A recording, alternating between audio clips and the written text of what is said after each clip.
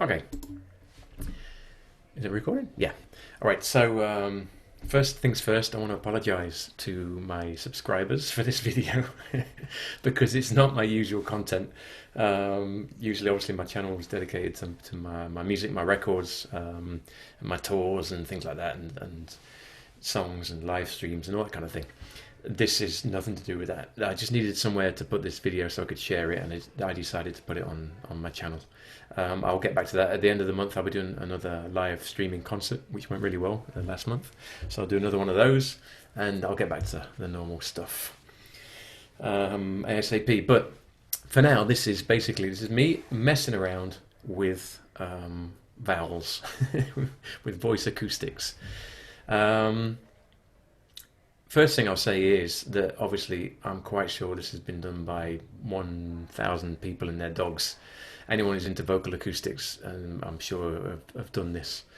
So it's nothing new, it's nothing innovative really. But sometimes you get an idea all by yourself and you think, well, I'm kind of proud of having that idea, I'm going to give it a go. And so I decided to give it a go before I looked into who else had done it and probably done it loads better than me. But this is my attempt, a very basic attempt at this idea. I'm quite sure that obviously the people at the forefront of all this vocal acoustic research, people like and applying this to singing, which is Ian Howell and Ken Bozeman, those guys. I'm quite sure this is absolutely basic stuff for those guys. But for me, it's kind of it's a leap. It's a leap in understanding, and so I decided to share it just in case. You never know, it might inspire someone else who hasn't thought of it. If you've got a DAW like Cubase or Logic or something like that, and a sine tone generator, then you can play around with this and you can have fun. It's actually really good fun if you're into geeky stuff like this. And obviously, Madder synthesizer is this and so much more. I mean, so much more. So this is nothing new, but it's kind of new to me. And obviously, it's the kind of thing that if you do it yourself, you learn it much quicker and you understand it. So what I've done, basically, the idea was that I thought when I record my voice in these, what do you call them, spectrogram programs, Voce Vista and other ones, then, you see your voice, you see your fundamental frequency, depending on the note you've sang, and then you see the harmonic series, you see the harmonics stacked on top.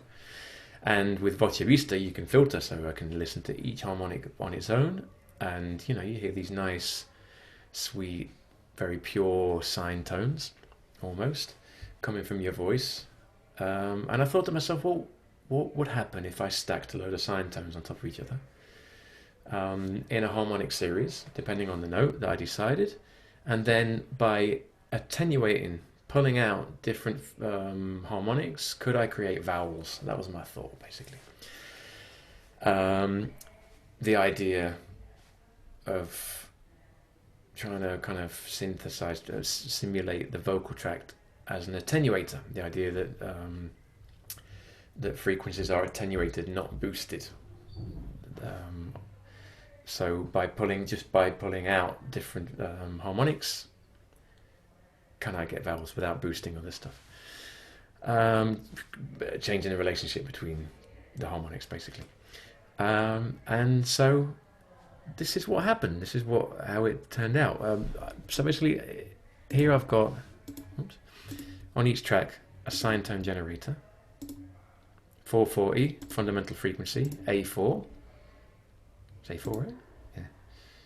I get confused because I live in Europe, and so the American and the European, they're out of sync. I think in Europe it would be A3, and in the US it would be A4.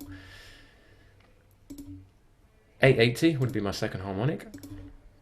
1320 the third, blah blah blah, all the way up the harmonic series to the 10th one, which would be 4,400, of course, because it's 10 times.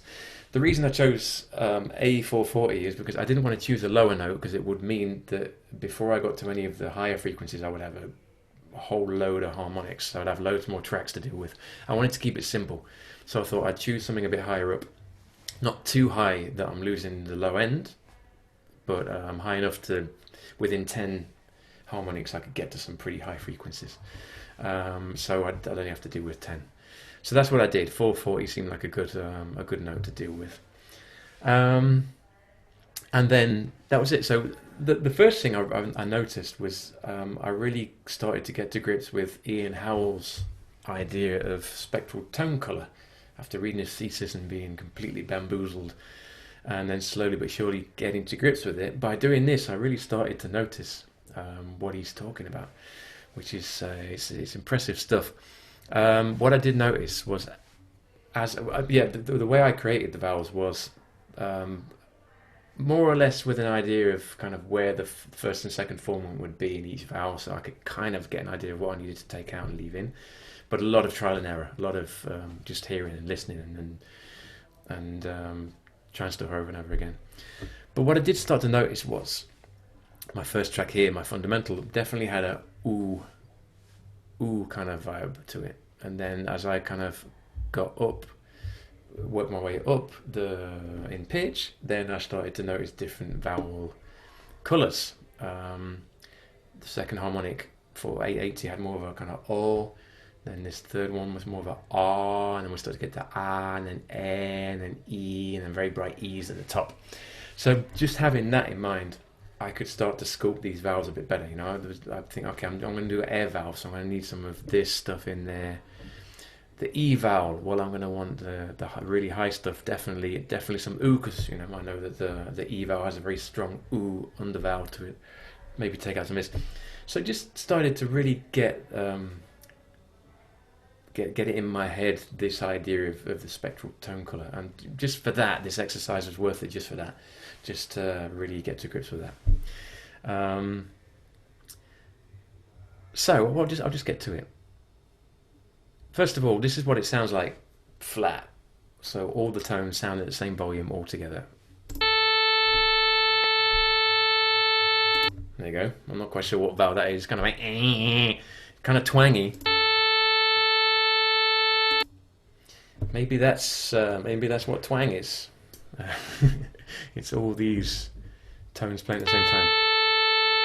So there you go. So I programmed these in because I didn't want to go through the whole bore you with me messing around with faders. So I've gone programming in. So if we go start with E. Okay, so I'm going to go through them all one by one. E. Yeah. Then we go to E. And then I'll go to A or R. Go to O. Or, so it's going to O. And then ooh.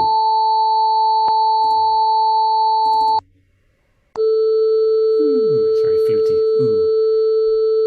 But you can see there that as I bring stuff in and leave other stuff, bring stuff out and leave other stuff in, we start to create these vowel sounds that you can actually perceive as vowels, which to me is absolutely fascinating because it's just a bunch of sine tones. If you look at E, for example, you can see, you know, I've got the fundamental in, everything here is kind of taken out, and then we've got some of the higher stuff here where the E would reside. And then what I did notice was then for the other vowels, until we got back to ooh, I pretty much needed to take out. Hang on a sec. What's that one? Something's happened. Eh. There it is. So when I got to airs and ahs, then the first harmonic, the fundamental, what I would call the ooh, came out, and then your second one, which is more oh, started to come in, and that carried on. So oh, this is eh. That carried on to ah. So ah, the first harmonic is out as well. It's not completely out, but it's down there low. Your second one's up, until we got all the way round back to ooh again, where obviously I was going to need that first harmonic in, where the ooh seems to live. Ooh. And the second one is right out. That's what I wanted to do, and it kind of worked. All right, the vowels aren't perfect; they're a little bit wonky, a bit strange, but I think you can hear the vowel color in each one of these. So it's kind of fascinating to me, at least. My next plan is to do it with an octave lower, the A220. So if my maths is right, which it probably isn't because I'm not very good at maths, but that would give me, if I kept the same model, it would give me 20 different tracks. And just to see if I would obviously, I imagine, have much more to play with, and I could get much more precise vowels, I suppose, doing that.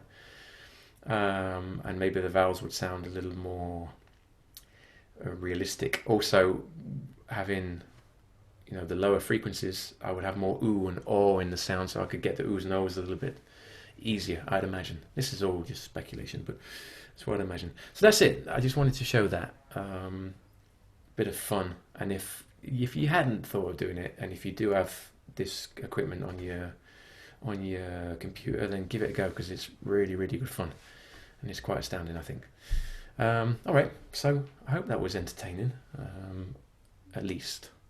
Stop sharing, and thank you very much. Thanks for watching, if you did.